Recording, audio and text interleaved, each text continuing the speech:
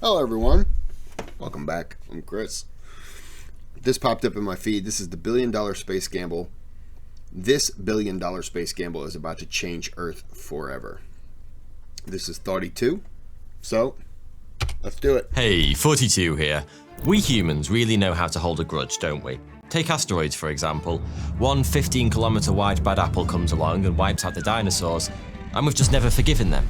I mean, this all happened 66 million years ago, and we're still making films about all the different ways we might want to blow them up. It's all a bit petty, really. Especially when you realize we...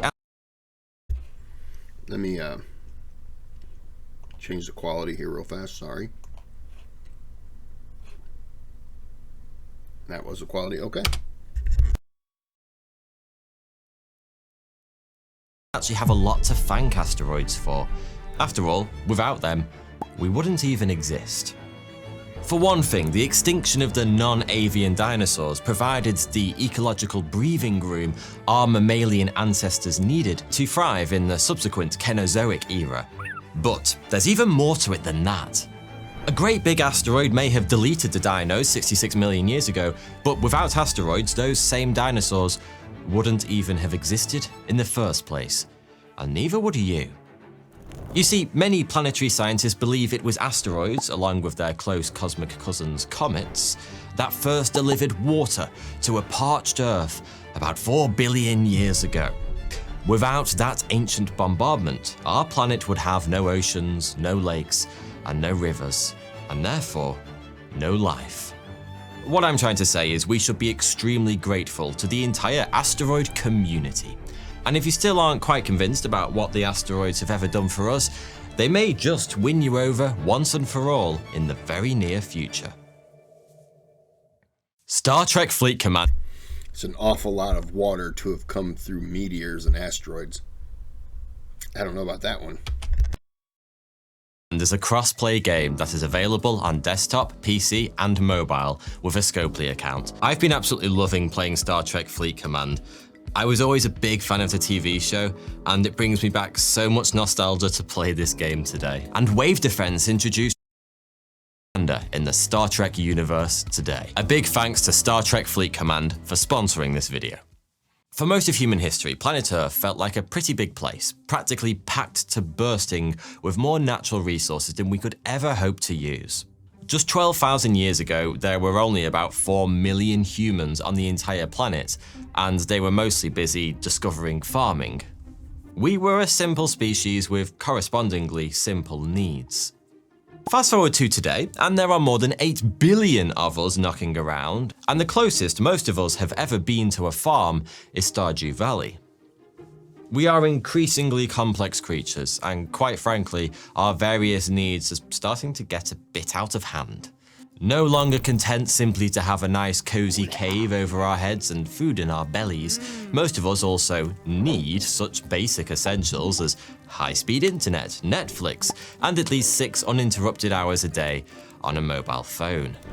But the fancy gizmos and gadgets on which our globe-spanning society is built rely on a variety of hard-to-find materials like cobalt, platinum, gold, terbium, neodymium, and many more.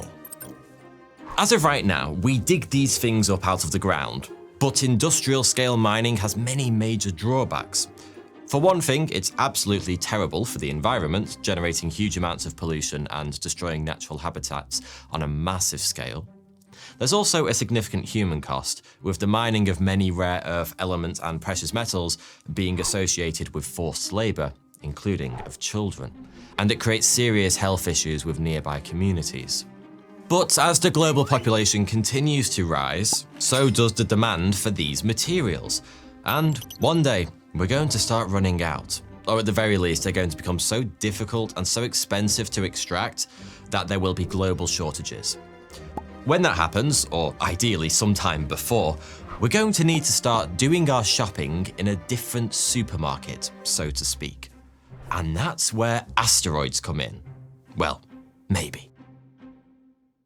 Ever since we first went into space, clever scientist types, imaginative sci-fi authors, and people who eat too many mushrooms have been talking about the possibility of mining asteroids. Compared to our solar system's A-list celestial celebrities, the planets and their moons, asteroids don't tend to get a lot of attention or research focus. But what we do know about them suggests they could be gold mines, like literally. Asteroids are essentially just leftover material from the formation of the solar system. The crumbs left behind when the great baker in the sky first bunged the planets in the solar oven. Broadly speaking, these crumbs are made from the same sorts of materials that make up planet Earth. But there's a crucial difference: distribution. Many of Earth's most valuable resources are buried deep underground. That's because when the planet first formed, gravity pulls the heavier elements, including most metals, down to the core, where they remain to this day. For example, scientists believe that around 99% of all the gold on Earth, enough to cover the entire planet in a layer half a meter thick, is sequestered away in the core, far out of our reach. But asteroids aren't big enough for this gravitational sinking process to have taken place. So, unlike on Earth, valuable metals and other elements are spread around much more evenly and therefore far more accessible. As a result, pound for pound, asteroids are significantly more valuable than an equivalent volume of mantle rock here on Earth. And we really are talking ridiculous numbers here. The most valuable asteroid so far identified is Davida, a large chunk of rock in the main asteroid belt that's about 300 kilometers across. According to our current best estimates, Davida contains various resources with a combined value of about $27 quintillion. That's about 27,000 times the combined GDP of every country on Earth. And Dibs. Did anybody else? If no one else called it, then it's mine. So, I'm just saying. Dibs. Significantly more money than human beings have made in the entire history of our species. And that's just one asteroid amongst literally millions just floating around in our cosmic backyard. But with all this unimaginable wealth just waiting to be mined and brought back to Earth, why aren't we doing it already? Well, we have actually tried. Back in 2012, a company called Planetary Resources, backed by the likes of Google's Larry Page and Eric Schmidt, claimed it was going to kickstart a brand new trillion-dollar industry by mining asteroids as early as 2025. But that lofty goal was never realized, and just 6 years later, the company was quietly sold off, and its asteroid mining efforts effectively mothballed. Several other companies have made similar claims in the last 10 years or so, but none of them have even come close to making that dream a reality. In fact, as of today, as a species, we have collectively managed to mine a grand total of 250 grams of asteroid material and bring it safely back to Earth.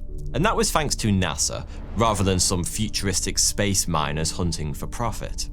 But why exactly is asteroid mining proving to be so difficult? We know how to get into space, and we know how to mine stuff. So how hard can it be? Probably catching it, staying on it safely. These are things that I would think are probably more of the trouble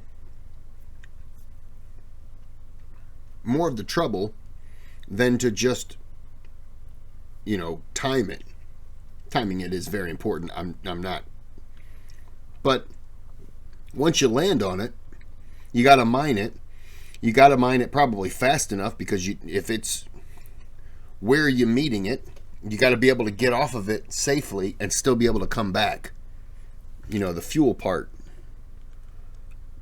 So, I make it sound like, leaving the atmosphere, that's the easy part. Well, it turns out pretty bloody hard. The first problem is figuring out where to get the asteroids from in the first place. The asteroid belt might sound like an obvious place to start, duh, but there are a few major drawbacks with that approach. If you've ever seen The Empire Strikes Back, you probably picture the asteroid belt as a swarming mass of densely packed rocks flying around one another, but the reality is very different. In fact, if you were to jump into the Millennium Falcon and fly through the asteroid belt right now, what you'd actually see is nothing. C-3PO once put the chances of successfully navigating an asteroid field at approximately 3,720 to 1. But it turns out that smug metal bastard was lying to us. The average distance between the object and the asteroid belt is about 1 million kilometers. When NASA sends probes out into deep space, they don't bother making special arrangements for the asteroid belt because there's simply no point. The odds of actually hitting anything are astronomically small. But the asteroid belt isn't just a lot sparser than you might think, it's also really bloody far away. At between 1 and 2 astronomical units, it's a round trip of a good 4 years or so with current technology, which isn't exactly practical for a commercial mining operation. For that reason, most wannabe prospectors have focused their efforts on so-called near-Earth objects, or NEOs, asteroids whose orbits pass relatively close to Earth. As of today, we've identified about 30,000 of them, and they would be much easier, and therefore cheaper, to reach than the main asteroid belt. But the trouble with near-Earth objects is that, somewhat confusingly, most of the time they aren't actually all that near Earth. They just so happen to pass by us once in a while before continuing on orbits that might take them right back out to the asteroid belt, or even beyond. In other words, they might be relatively easy to get to, but getting back would be another story. One solution to that problem would be to rendezvous with a passing NEO, then somehow nudge it into a controlled orbit around either the Earth or the Moon, where we could mine it at our leisure. It's a promising idea, and scientists are already working on ways to modify the orbits of asteroids to prevent possible collisions with Earth, but the technology is still very much embryonic. And there are downsides too. You don't have to be a rocket scientist to see the potential risks involved with deliberately redirecting large asteroids towards our home planet. Some scientists even fear world leaders might deliberately weaponize asteroids in this way in the future. We also don't really know which NEOs to target in the first place. On a cosmic scale, most asteroids are tiny. That makes them hard to see from Earth, and even harder to figure out what each one is made of. You wouldn't want to launch a multi-billion-dollar mining probe only to find you'd chosen an asteroid made of cheese. Well, I suppose it depends on the cheese. Assuming we do manage to identify and reach a suitable asteroid, sooner or later we're going to have to actually do some space mining, and here's where things get even more complicated. Most mining here on Earth is done with various kinds of drills and explosives, but neither would be a great option on an asteroid with minimal gravity and no atmosphere. A drill would simply float off as soon as it applied any significant force. Damn you, Newton! And explosives would blast most of the mined material clean off into space. Then there's a question of what to do with all those lovely resources once they've been extracted. Should we send them back to refineries here on Earth at vast expense, or try to figure out how to process the materials we want out in space, which would involve inventing a whole bunch of new technologies? These challenges probably aren't insurmountable, but they all add up to the same thing. The real reason asteroid mining operations haven't gotten off the ground yet, let alone up into space, is money. NASA's recent OSIRIS-REx mission took 7 years and cost close to $1 billion. It brought back just 249 grams of unprocessed asteroid, which it mined through the extremely high-tech process of basically just crashing into the side of the asteroid and bouncing off it again. Scaling that effort into an industrial asteroid seems pretty scientific to me. Mining operation would likely cost hundreds of billions of dollars at the very least, and would require the development of dozens of new technologies. Even if a company managed to pull together the resources to do it, and even if everything went smoothly, and those are big ifs, it would likely be decades before anyone would actually make any money, if they even made money at all. Precious metals like gold and platinum, I think it's going to cost so much money up front that it would almost be a decade or so of mining it. And if you're bringing back small pieces, I mean, how long do you think it would take to recoup your money? Decades? You'd almost, I think you would almost tap out and just go bankrupt before you even really saw any kind of return that would make it that much worth it. Because everything is out of pocket to begin with, and then it's just fingers crossed that you're going to be able to get something back. Yeah, you're going to, it's so much money that would be pumped into it. You'd almost need countries to just America, China, Japan, UK, Australia, India, Saudi Arabia. You would almost need all these countries to just say, okay, we will pledge an ungodly amount of money. We're just going to throw it at this. And at the end of it, you got to hope you got something back. Something where the people aren't going, wait a minute. We wasted what? You threw away $10 trillion? What? You know, it would let's just say it cost $50 trillion to start. Yeah, you'd get 27 what did he say? I don't remember. And yeah, if you got that, great. But what's the likelihood? You're going to break even if you're lucky. And I mean, 50 trillion, you break even at 50 trillion, that's a lot of money, but it's still, you broke even. Are mostly valuable because they're rare. If Earth was suddenly inundated with millions of tons of space gold, it would crash the market overnight, and we'd all be wearing more bling than King Charles if he decided to have a rap career. I'm King Charles, look at my drip. Okay, so asteroid mining is basically a no-go then. Well, not necessarily. In fact, it may well be inevitable. Over time, the cost of mining asteroids will go down. Reusable rockets continue to reduce the per kilo price of getting things up into space, and relevant technologies will slowly be developed. What if you were mining, you're coming back, and your capsule, or whatever, it's holding all this tonnage of space gold, gets hit by some man-made junk outside of Earth, and it now becomes a part of the orbit. Oh, do you know how many countries, like I think, was it Japan that was trying to clean up space debris? Oh, everyone's going to try to do that just because there's gold flying all around over there. Oh, that would crush you. Oh. At the same time, valuable resources here on Earth are going to get even more difficult and therefore more expensive to find and extract.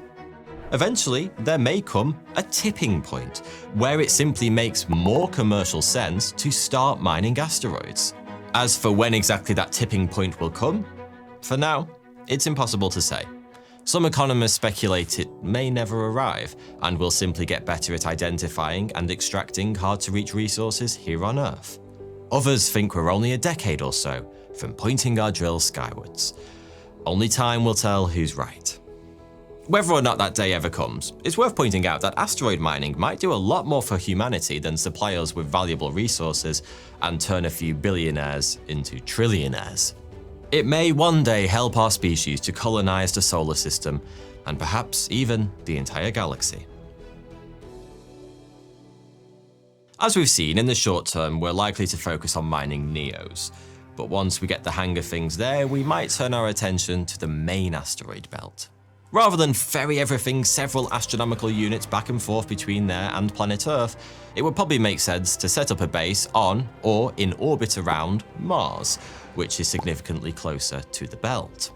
Putting a human colony on Mars has long been a stretch goal in the Kickstarter campaign for humanity's long-term survival. But like everything else in space, actually pulling it off would be phenomenally expensive. Back in 2019, Elon Musk estimated the cost of building a Mars colony at up to $10 trillion, far more than we can afford to spend right now. But if we could mine a few quadrillion-dollar asteroids whilst we're out there, a hypothetical Mars colony might actually pay for itself. Looking even further into the future of our species, asteroid mining might one day dramatically increase the potential duration of missions in deep space. A large colony ship with advanced asteroid mining capabilities and some nifty 3D printers could conceivably become self-sufficient, gathering all the fuel and resources it needs as it travelled amongst the stars. Of course, these are all developments that exist far in humanity's future, if they ever exist at all. But mining a few nearby asteroids in our cosmic backyard may just be the beginning of a journey that will eventually take us beyond our solar system and out into the great unknown. The exciting part is that some of us might still be around to witness the very first steps. Thanks for watching. What do you think the likelihood is? In my lifetime, I don't see it happening. But you never know. It'd be interesting.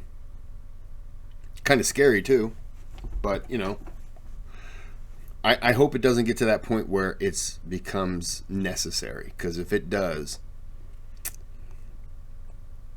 we're not doing very well. So I'm going to end it here. There's a thanks button on the channel. You can donate. You don't have to. All donations are appreciated. You can subscribe if you're not. If you like the content, click on that bell, and then click the thumbs up if you don't want to do the other two. That helps me. And until next time, have a good day, have a good night.